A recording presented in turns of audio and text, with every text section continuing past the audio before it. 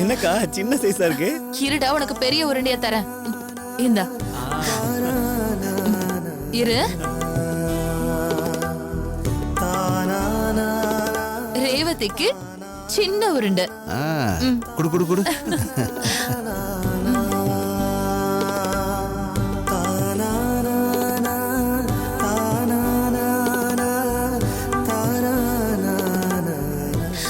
உங்களுக்கு நான் ஒண்ணு சொல்லல. சாப்பிடுங்க. நீயும் சாப்பிடு. இல்ல நீங்க முதல்ல சாப்பிடுங்க, நான் அப்புறமா சாப்பிடுறேன். அப்ப சரி சாப்பிடுறா. மாப்பிள்ள ஒரு நிமிஷம்.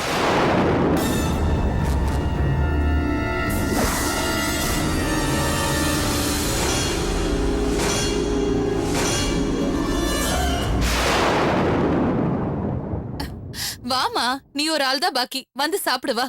வாங்கத்த.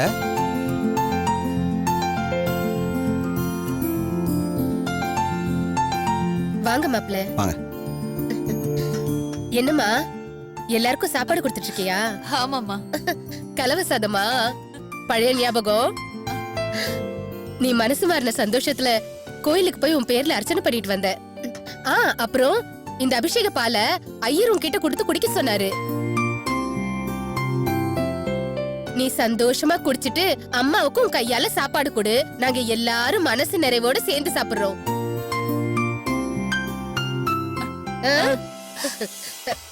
ஏய், என்னது இந்த கை எச்சிலா இருக்கு? இடது கையில குடிப்ப?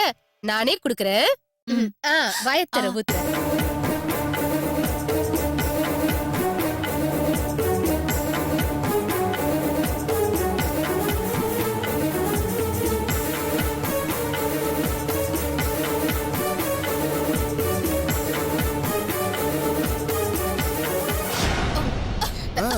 பாத்து பாத்து. போதும் போதும் பாத்து. இப்ப கூட சாப்பிடுற.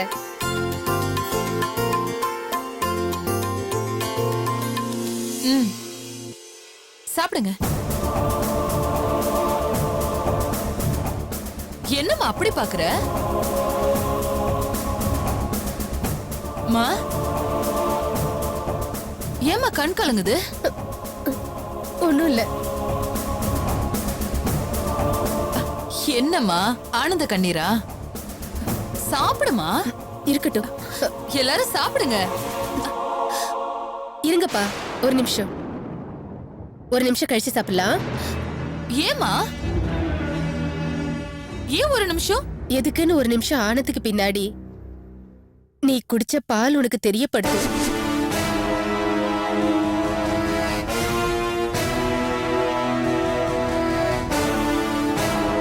மா அம்மா தாண்டி. அம்மாவே தான்.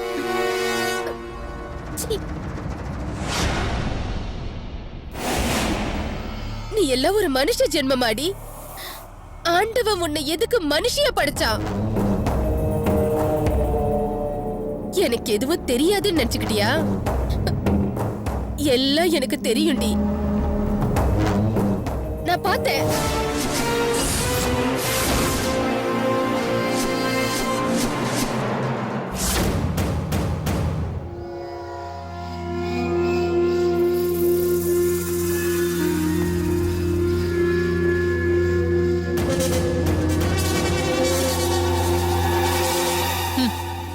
நானாவது திருந்துறதாவது உங்களை இந்த விஷம் கலந்த சாப்பாட்டை சாப்பிட வைக்கிறதுக்காக தான் நான் இப்படி நல்லவ மாதிரி நாடகத்தை நடத்திட்டு இருக்கேன்.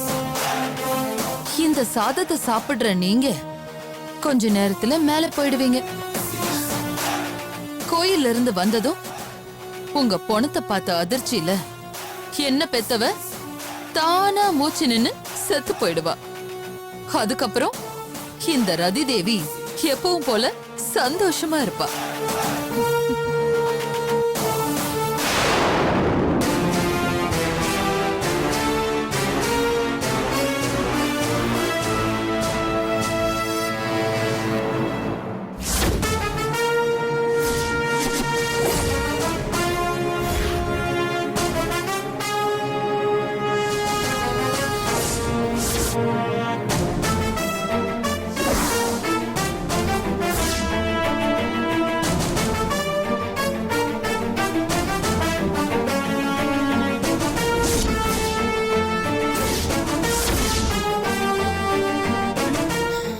இதுக்கு மேலேயும் உன்னை விட்டு வச்சா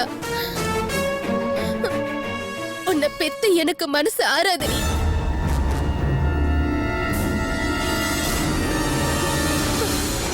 அதனாலதான் பாசமா பால் கொடுத்து வளர்த்த நானே அந்த பாலாலேயே உன்னை சாகடிக்கணும்னு முடிவு பண்ணிட்டேன். என்ன பாக்குற? நீ குடிச்ச பால்ல விஷம் கலந்திருக்க.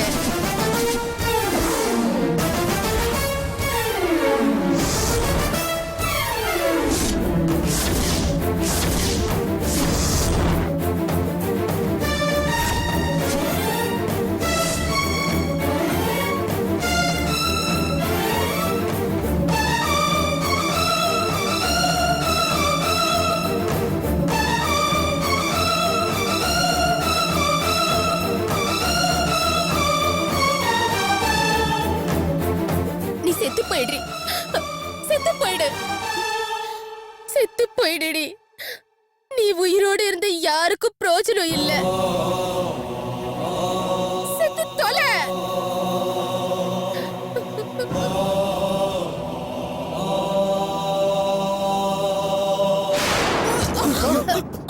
தொடாதீங்க, வேண்டாம். அவளை காப்பாத்த முயற்சி பண்ணாதீங்க, விடுங்க. அத்தை அத்தை இத பேசுறதுக்கெல்லாம் நேரம் இல்ல அத்தை. ஒரு உயிர் போயிட்டு இருக்கு. வேண்டாம் மாப்ள, சொன்னா கேளுங்க. என் பொண்ணா இருந்தாலும் இவ பண்ண பாவத்துக்கு தான் என் மனசு வலிச்சாலும் பரவாயில்லன்னு இவளுக்கு நான் விஷத்தை கொடுத்தேன். தயவு செஞ்சு இவளை காப்பாத்த யாரும் முயற்சி பண்ணாதீங்க. என்னமா? ஐயோ அத்தை இப்ப இதெல்லாம் பேசுறதுக்கு நேரம் இல்ல அத்தை. உடனே ஹாஸ்பிடல் கொண்டு போகணும். ஐயோ அத்தை விடுங்க அத்தை. தள்ளுங்க நீங்க. மகேஷ், நான் சொல்றது கேளு. எல்லாம் உங்க நன்மைக்காக தப்பா சொல்றேன். யாராவது கேளுங்கப்பா, அவளை விடுங்க.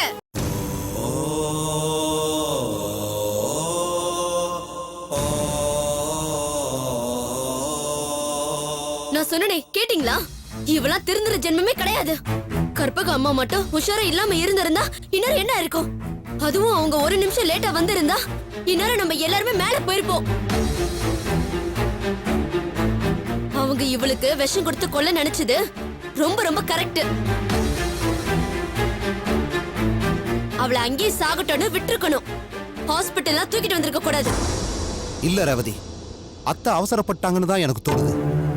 இவளோட திட்டம் தெரிஞ்சதும் அத்தை ரகசியமா இந்த விஷயத்தை நம்ம கிட்ட சொல்லியிருந்தாங்கன்னா நாம இவ போக்கிலேயே போய் இவளுக்கு தெரியாம போலீஸை வீட்டுக்கு வர வச்சு சாப்பாட்டுல விஷம் கலந்துருக்கிறத கண்டுபிடிச்சு இவளை இந்நேரம் அரெஸ்ட் பண்ணி உள்ள தள்ளி இருக்கலாம். ஆனா அத்தை தானே இவளை பழிவாங்கணும்னு முடிவு பண்ணதுனால இப்ப அநியாயமா லாக்கப்ல இருக்காங்க. இவ பொழைச்சு எல்லா உண்மையும் இவ வாயாலேயே ஒத்துக்கிட்டாதான் அத்தைய வெளியில கொண்டு வரத பத்தி யோசிக்கவே முடியும்.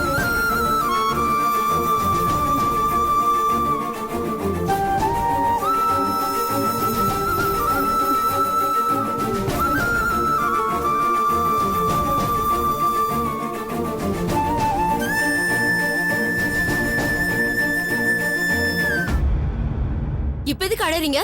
முட்டாளா நீங்க? அறிவில்ல? அவ உங்க அப்பாவையே கொன்னவன்னு தெரிஞ்சும் அவளை பழி வாங்குறதுனால எங்க அப்பா திரும்ப வந்துடவா போறாருன்னு நினைச்சு புத்தி கெட்டத்தனமா உளறி அவளை மன்னிச்சது மட்டும் இல்லாம அந்த கேடு கெட்டவளோட வாழ்க்கைய சரி பண்ண போறேன்னு எப்படி எல்லாம் போறான் நீங்க. அதுக்கப்புறமும் உங்களை விஷம் வச்சு கொல்ல பார்த்தா அப்படிப்பட்டவ படுத்த படுக்கையா இருக்காளே நினைச்சு இப்படி முட்டாள்தனமா அழுதுகிட்டு இருக்கீங்களே, வெக்கமா இல்ல உங்களுக்கு?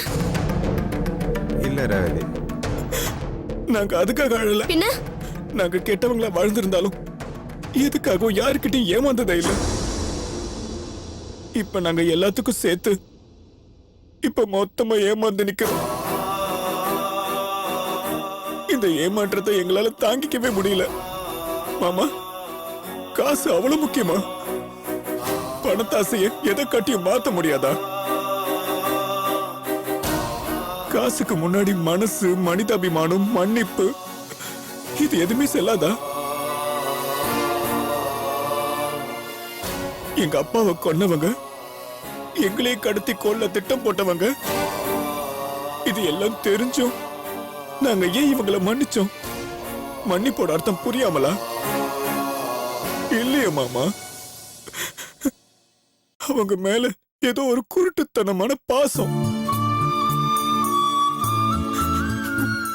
அதுதான் எங்களை மன்னிக்க வச்சது. நாங்க அவங்கள மன்னிச்சதோட மட்டும் விடலையே மாமா. அவங்க லைஃப சரி பண்ணி அவங்க ஆசைப்பட்ட சொத்தை எல்லாம் திரும்ப அவங்க கிட்டே ஒப்படைக்கத்தானே மாமா நாங்க தயாரா இருந்தோம். இதை எதையுமே புரிஞ்சுக்காம இப்பவும் அவங்க எங்களை கொல்லணும்னு நினைச்சிட்டாங்களே மாமா. மனசு வலிக்குது மாமா. அப்படியெல்லாம் நினைக்காதப்பா, எல்லாம் சரியாயிடும், நீ கவலைப்படாத. ஆறுமுகம். வாங்க இன்ஸ்பெக்டர். என்னாச்சு? டாக்டர் ஏதாவது சொன்னாங்களா? இல்ல சார், டாக்டர் இன்னும் வெளியில வரல. சார், நான் சொல்றேன்னு தப்பா எடுத்துக்காதீங்க. என் அத்தை ஏதோ தெரியாம உணர்ச்சி வசப்பட்டு தான் இப்படி பண்ணிட்டாங்க. அதனால அவங்களுக்கு பெரிய தண்டனை எதுவும் கிடைக்காம வெளியில கொண்டு வரதுக்கு வாய்ப்பு இருக்கா சார்? Sorry mister Arumugam. குற்றத்தை அவங்களே ஒத்துக்கிட்டு வாக்குமூலமும் கொடுத்துட்டாங்க. எஃப்ஐஆரும் ஃபைல் பண்ணியாச்சு. இதுக்கு மேல எங்களால எதுவுமே பண்ண முடியாது. மற்றபடி அவங்க பொண்ணு உயிர் பழிச்சு அவங்களே வந்து கேஸை வாபஸ் ஆனாதான் ஏதாவது பண்ண முடியும். ஆமா டாக்டர். டாக்டர் என்னாச்சு? டாக்டர், இப்போ அவங்க எப்படி இருக்காங்க? அவங்க உயிருக்கு ஒன்றும் ஆபத்து இல்லையே? இல்ல சார், அது அவங்க சாப்பிட்ட பாய்சன் ரொம்ப வீரியமானது.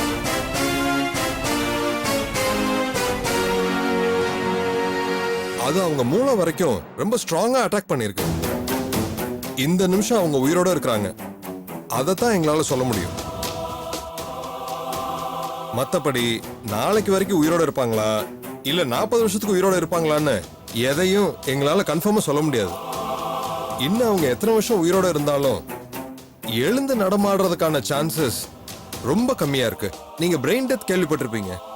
கிட்டத்தட்ட அவங்க மூளை டெட் ஆயிடுச்சு. இப்ப அவங்க கோமா கண்டிஷன்ல தான் இருக்காங்க. அதுல இருந்து அவங்க மீள்றதுக்கு எவ்வளவு நாள் ஆகும்னு மருத்துவத்தால சொல்றது சாத்தியமில்லாத விஷயம்.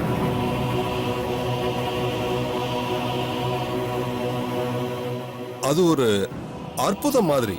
அதுவா நடந்தாதான் உண்டு. அந்த அற்புதம் 1 மணி நேரத்தில் நடக்கலாம், இல்ல 20-30 வருஷம் கழிச்சு நடக்கலாம்,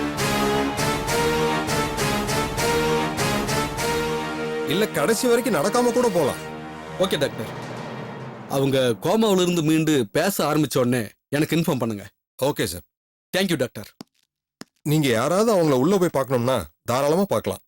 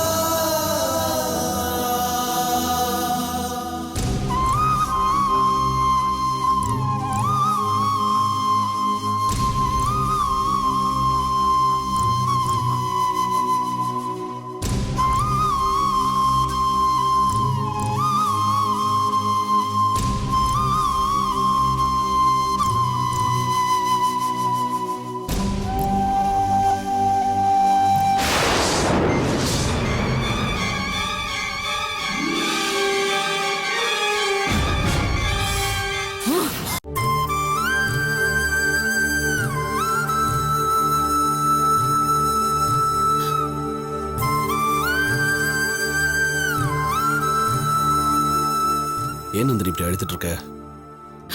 டெலிவரிக்கு அப்புறம் நானும் என் குழந்தையும் நல்லபடியா வீட்டுக்கு வந்துருவோமா? அம்மா, என்ன பேசுற பரமா? ஏன் இப்படி எல்லாம் பேசுற? இல்லங்க, டெலிவரி சிசேரியன் அதுன்னு சொல்றாங்களே, அதான் எனக்கு ரொம்ப பயமா இருக்கு. Nandini, first of all doctor 100% caesarean தான் சொல்லல. சிசேரியன் பண்ண வேண்டிய நிலைமை வரலாம், அவ்வளவுதான் சொல்லியிருக்காங்க. அதுக்கு ஒன்று ப்ரிப்பேர் பண்ண சொல்லியிருக்காங்க. நான் அதை தான் பண்ணிக்கிட்டு இருக்கேன். இப்போ சிசேரியனா இருந்தா தான் என்ன? அது ஒன்றும் பெரிய தப்பான விஷயம் கிடையாது. இன்னைக்கு நிறைய பேர் சி செக்ஷன்ல தான் குழந்தை பெற்றுக்கிறாங்க. 10ல் 6 டெலிவரி சி செக்ஷன் தான் நடக்குது. இன்ஃபேக்ட் நிறைய லேடிஸ் சிசேரியன் தான் வேணும்னு கேட்டு வாங்கி பண்ணிக்கிறாங்க. அப்பதான் அவங்க நினைச்ச டைம்ல குழந்தை பிறக்கும்னு அவங்களுக்கு ஒரு நம்பிக்கை. இது ஒரு பெரிய விஷயமே கிடையாது. அதுவும் இன்னைக்கு இருக்கிற மெடிக்கல் ஃபெசிலிட்டிஸ்க்கு இதெல்லாம் ஒண்ணுமே கிடையாது. நீ தான் இன்னும் ஏதோ பழங்காலத்து கிராமத்து பொண்ணு மாதிரி பேசிக்கிட்டு இருக்க. கிராமத்துல இருக்கிற பொண்ணுங்களே இன்னைக்கு சென்னைக்கு வந்து தைரியமா சி செக்ஷன் பண்ணிட்டு போறாங்க. இது ஒரு பெரிய விஷயமே கிடையாது. சிலதெல்லாம் பண்ணா தான் குழந்தை ஹெல்த்தியா பிறக்கும், நீ ஹெல்த்தியா இருப்பேன்னா நாம அதை ஃபாலோ பண்ணி தான் ஆகணும். லக்கிலி உனக்கு வந்து எந்த காம்ப்ளிகேஷனும் இல்ல, குழந்தையும் ஹெல்த்தியா இருக்குன்னு டாக்டர் சொல்லியிருக்காங்க. அப்புறம் எதுக்கா நீ கவலைப்படுற? இப்போ உனக்கு தேவை செல்ஃப் கான்ஃபிடன்ஸ் மட்டும்தான். அதை என்னைக்கு நீ லூஸ் பண்ணக்கூடாது. உனக்கு சந்தேகம் இருந்தா வா என் பக்கத்துல உட்காரு, சிஸ்டம் ஓபன் பண்ணி நெட்ல பார்த்து சிசேரியன் என்னன்னு கம்ப்ளீட்டா நான் படிச்சு சொல்றேன், நீ கேட்டுக்க. அதுக்காக கான்ஃபிடன்ஸ் லூஸ் பண்ணக்கூடாது. எங்க எல்லாரையும் பொறுத்த வரைக்கும் நந்தினி அப்படின்னாலே தைரியம், செல்ஃப் கான்ஃபிடன்ஸ். இவ்வளவு தூரம் செல்ஃப் கான்ஃபிடன்ஸோட வந்துட்டல, இப்ப லாஸ்ட் ஸ்டேஜ்ல நீ அதை லூஸ் பண்ணினா காம்ப்ளிகேஷன்ஸ் ஆகுமா இல்லையா? தயவு செஞ்சு எதையும் நினைச்சு மனசு போட்டு குழப்பிக்காத ப்ளீஸ், தைரியமா இரு. ஆமா நந்தினி, கவலைப்படாத. உன் அத்தை நான் இருக்கேன், உன் புருஷன் இருக்கா. எல்லாத்துக்கும் மேல உன் மாமா சாமியா நம்ம கூடவே இருக்காரு. அவரோட ஆசீர்வாதத்துல டாக்டர் சொன்ன அந்த 20 நாளுக்குள்ள நல்லபடியா நீ குழந்தைய பெத்தெடுத்து குழந்தையும் கையுமா சந்தோஷமா நீ இந்த வீட்டுக்குள்ள கால் எடுத்து வைப்பமா.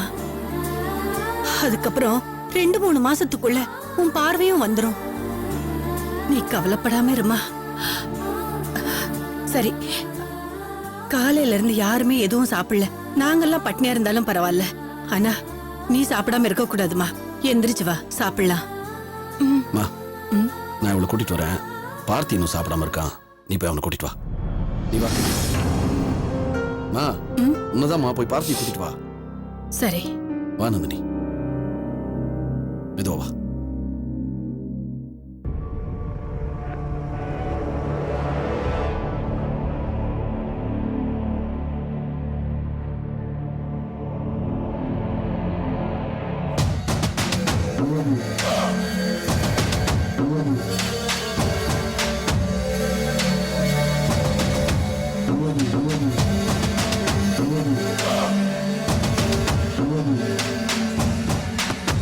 பார்த்தி, பார்த்தி,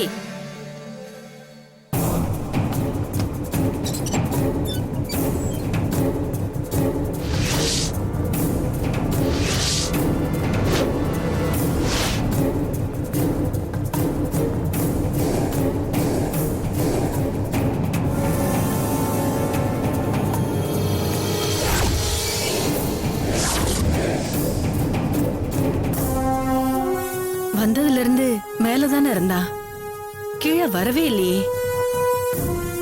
எங்க போனா இவன்? ஒருவேளை மொட்டை மாடியில இருப்பானோ?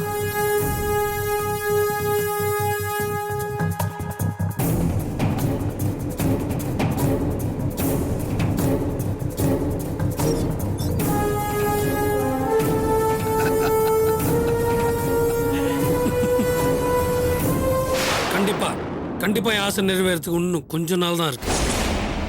இன்னைக்கு நந்தினியை செக் பண்ண டாக்டர் ரொம்ப தெளிவா சொல்லிட்டாங்க. இன்னும் 20 நாளுக்குள்ள அவளுக்கு பிரசவ வலி வந்தாலும் வரலனாலும் குழந்தைய கண்டிப்பா ஆபரேஷன் பண்ணி வெளில எடுத்து ஆகணும்னு சொல்லிட்டாங்க. அப்புறம் ஒரு 2 மாசத்துக்குள்ள நந்தினிக்கும் கண் பார்வை வந்துடும். அதுக்கப்புறம் இந்த உலகமே தடுத்தாலும் சரி, நந்தினியை நான் கண்டிப்பா என் சொந்தமாக்கிடுவேன்.